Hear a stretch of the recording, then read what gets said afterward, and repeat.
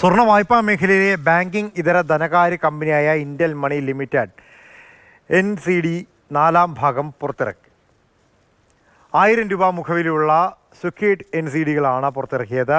Public issue അടുത്ത മാസം 12-ന് അവസാനിക്കും. കടപ്പത്രങ്ങളുടെ 200 കോടി രൂപ സമാഹരിക്കാനാണ് കമ്പനി ലക്ഷ്യമിടുന്നത്. ഇതിൻ്റെ ബേസ് ഇഷ്യൂ 100 കോടിയായിരിക്കും. നേരത്തെ 3 തവണയും കമ്പനിയുടെ പബ്ലിക് ഇഷ്യൂ വലിയ വിജയമാക്കിയ ഉപഭോക്താക്കളോട് നന്ദി പറയുന്നതായി ഇന്റൽ മണി എക്സിക്യൂട്ടീവ് ഡയറക്ടറും സിഇഒയുമായ ഉമേഷ് മോഹൻ പറഞ്ഞു. സ്വർണ്ണപ്പണയ വായ്പാ മേഖലയിൽ ഇന്റൽ മണിയുടെ സ്ഥാനം കൂടുതൽ ശക്തമാക്കാനും കൂടുതൽ മേഖലകളിലേക്ക് സാന്നിധ്യം വ്യാപിപ്പിക്കാനും പബ്ലിക് ഇഷ്യൂ പ്രയോജനപ്പെടുത്തുമെന്ന് ഉമേഷ് മോഹനൻ വ്യക്തമാക്കി.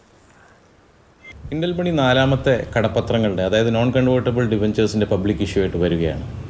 ഇത്തവണ മാർക്കറ്റിൽ താരതമ്യേന വളരെ അട്രാക്റ്റീവായിട്ടുള്ള കൂപ്പൺ റേറ്റ്സ് ആയിട്ടാണ് ഞങ്ങൾ വരുന്നത്. കഴിഞ്ഞ 3 പബ്ലിക് ഇഷ്യൂവും വിജയിപ്പിച്ച കേരളത്തിലെ ഇൻവെസ്റ്റർ സൊസൈറ്റി അവരുടെ അതേ സപ്പോർട്ടും പ്രോത്സാഹനവും ഞങ്ങൾക്ക് തരുമെന്ന് ഞങ്ങൾ പ്രതീക്ഷിക്കുന്നു.